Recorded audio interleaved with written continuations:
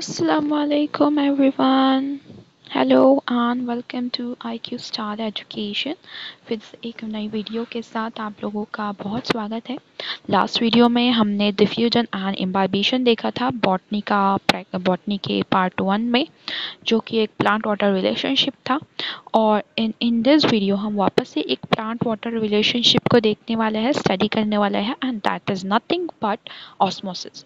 This is a very vast concept है, थोड़ा complicated है बट उतना ही इजी है अगर इसको अच्छे से समझा जाए तो। So let's start. पहले बात करते हैं टाइप्स ऑफ सॉल्यूशन की, जो कि एक बहुत इंपॉर्टेंट कंसेप्ट है और बहुत इजी है, जो इसमें आपको बहुत लगेगा। इसका आप पहले ही कंसेप्ट क्लियर कर दो, यानी आपको बाद में इसमें कन्फ्यूजन ना हो। सोल्यूट क्या है एंड सॉल्वेंट क्या है? सोल्यूट हमेशा स्मॉल अमाउंट में होता है and on the contrary solvent हमेशा लार्ज अमाउंट में होता है। सोल्यूट को डिसॉल्व किया जाता है सॉल्वेंट में। अगर हम एग्जांपल देखें सॉल्ट वाटर सॉल्यूशन का, तो यहाँ पे सॉल्ट सोल्यूट है and water as a solvent. It is a very easy concept but sometimes what happens confusion हो जाता है ऑस्मोसिस में ही। सो इसे पहले ही कवर कर लीजिएगा। सो ऑस्मोसिस के लिए तीन चीज़ें बहुत इंपॉर्टेंट है, जो कि एक इम्पॉर्टेंट रोल प्ले करती है। That is a semi permeable membrane, concentration of solution and the concentration gradient. इन तीनों भी चीज़ें ऑस्मोसिस के लिए बहुत इंपॉर्टेंट होती है, जो कि प्लांट में प्रेजेंट होती है, इसीलिए उसमें ऑस्मोसिस होता है। सेमी परमिएबल मेम्ब्रेन की बात करें तो ये एक मेम्ब्रेन होती है जो सिर्फ सॉल्वेंट या वाटर के मॉलिक्यूल्स को पास करने देती है, otherwise it prevent the passages of solute molecules. ये तो हो गया। अब इसके परफेक्ट डेफिनेशन को देखते हैं, जो कि आपको समझने में थोड़ी इजी होगी, और यही एक परफेक्ट डेफिनेशन है ऑस्मोसिस की।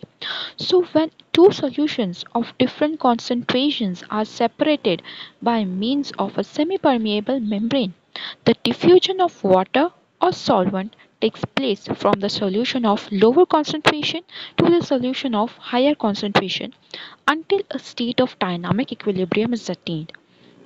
तो मैंने आपको बताया था कि concentration gradient and semi permeable membrane होना बहुत ज़रूरी है, तभी ऑस्मोसिस की प्रोसेस कंप्लीट होगी। सो जब ये एक डिफ्यूजन ही होता है वाटर या सॉल्वेंट का, बट यहाँ पे उल्टा है। सॉल्वेंट मूव करता है, यानी कि वाटर मूव करता है लोअर से हायर कॉन्सेंट्रेशन की तरफ। जी हाँ, वाटर मूव करता है लोअर से हायर कॉन्सेंट्रेशन की तरफ through a semi permeable membrane until a state of dynamic equilibrium is attained, और ये एक इक्विलिब्रियम अटेन करने तक कंटिन्यू प्रोसेस चलती है। अब ये तो हो गया, ऑस्मोसिस के डेफिनेशंस तो देख लिए हमने। नाउ यूजुअली एग्जाम में आता है how will you explain the process of osmosis through एक प्रोसेस होती है जिसे हम बोलते हैं डिमॉन्स्ट्रेशन ऑफ ऑस्मोसिस। सो यहाँ पे एक यूट्यूब ली गई है ऑस्मोसिस एंड रिवर्स ऑस्मोसिस को एक्सप्लेन करने के लिए। सो यूट्यूब में हम कंसिडर करेंगे arm A and arm B. The left side is of the arm A and the right side arm is of arm B. Arm A में water का यानी सॉल्वेंट ज़्यादा है एंड आर्म बी में concentration ज़्यादा है। सो यहाँ पे जो येलो कलर का आपको दिख रहा है ये सेमी परमिएबल मेम्ब्रेन है। सो नाउ वाटर और solvent will move from arm A to arm B and that's why यहाँ पे आर्म बी में पानी यानी कि वाटर सॉल्वेंट ज़्यादा होगा। इसे हम बोलते हैं ऑस्मोसिस। अब रिवर्स ऑस्मोसिस में क्या होता है, जब आर्म बी पे हम प्रेशर अप्लाई करते हैं, so through semi permeable membrane वो वाटर और सॉल्वेंट वापस से आर्म ए की तरफ बढ़ने लगता है and this will known as the reverse osmosis. Now types of solution के पे थोड़ा डिस्कस करते हैं, बहुत इम्पॉर्टेंट भी है और बहुत इजी कॉन्सेप्ट है, आपको बहुत जल्दी समझ जाएगा। हाइपरटोनिक, हाइपोटोनिक एंड आइसोटोनिक, ये थ्री टाइप्स के सॉल्यूशन हैं जो कि बहुत इंपॉर्टेंट होते हैं ऑस्मोसिस का कंसेप्ट को लेके। हाइपरटोनिक वो सॉल्यूशन होता है, हाइपर इस वर्ड से ही आपको पता चलेगा, यानी कि कॉन्सेंट्रेटेड यानी कॉन्सेंट्रेशन ज़्यादा, सोल्यूट ज़्यादा मतलब कि कॉन्सेंट्रेशन ज़्यादा। हाइपोटोनिक, हाइपो मतलब कम, कॉन्सेंट्रेशन लेस मतलब कि सोल्यूट कम तो कॉन्सेंट्रेशन कम। आइसोटोनिक मतलब equal, so it will be like both solute and solvent will be equal, of equal concentration के होएंगे दोनों भी। ये तो हो गया। अब बात करते हैं ऑस्मोटिक प्रेशर की। सो एक ऑस्मोटिक प्रेशर ये इम्पॉर्टेंट तो है ही, तो इसकी ऑस्मोटिक प्रेशर से ज़्यादा उसके फीचर्स, साइलेंट फीचर्स आपको डिफाइन करने आ सकते हैं। सो फर्स्ट ऑस्मोटिक प्रेशर क्या है उसे हम थोड़ा देखते हैं। So it is a pressure which is developed when two solutions are separated by semi-permeable membrane. Of course osmotic pressure है तो osmosis के लिए semi-permeable membrane होगी ही, लगेगी। तो osmotic pressure, it is a pressure which is developed when two solutions are separated by a semi-permeable membrane due to the presence of dissolved solutes in it. So actually में क्या होता है, जो dissolve solutes होते हैं solution में, वो pressure ये क्रिएट करते हैं, तो उसे ऑस्मोटिक प्रेशर कहा जाता है। अब उसके सैलिएंट फीचर्स की बात करते हैं तो osmotic solution, osmotic pressure of a particular solution is always greater than its pure solvent and it is directly proportional to the concentration of solution. So solutes in a solution, अगर solutes बढ़ाए तो of course osmotic pressure will be increased. It is measured in terms of atmosphere and it is does not include the addition of insoluble solutes in the solution. Of course वो जो dissolved solutes है उनसे ही वो increase होगा, but not of because of insoluble solutes. अब osmotic pressure की बात हो गई, अब थोड़ा एंडो ऑस्मोसिस और एक्सो ऑस्मोसिस पे आते हैं। ये ऑस्मोसिस के टाइप्स है which is a very important one and इसका डिफ्रेंसिएशन यूजुअली आता है आपको पेपर में। सो जब वाटर का इनटेक होगा तो उसे एंडो ऑस्मोसिस कहेंगे। एंडो मीन्स अंदर, एक्सो मीन्स बाहर जाना। अगर वाटर बाहर जा रहा है तो उसे एक्सो ऑस्मोसिस कहते हैं।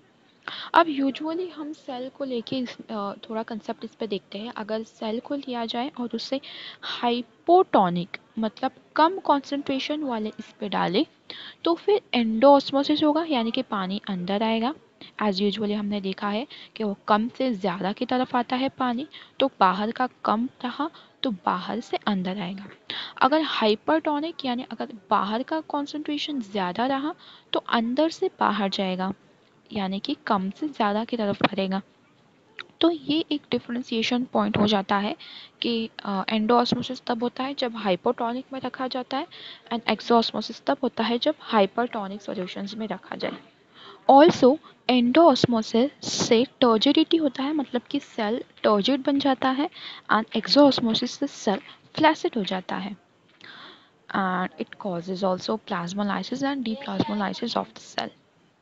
अब ऑस्मोटिक प्रेशर की तो बात हो गई, अब आते हैं टर्गर प्रेशर पे एंड वॉल प्रेशर पे, जो कि बहुत इजी कंसेप्ट है, जल्दी से हो जाएगा।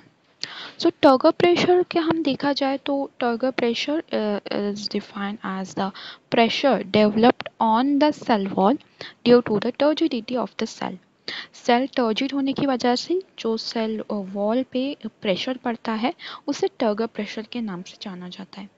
सो ये कब बनता है, ऑफ कोर्स जब सेल टर्जिड हो जाता है। और सेल टर्जिड कब हो जाएगा, जब एंडोऑस्मोसिस होगा। और एंडोऑस्मोसिस तभी होगा जब वो हाइपोटोनिक सॉल्यूशन में सेल को रखा जाएगा।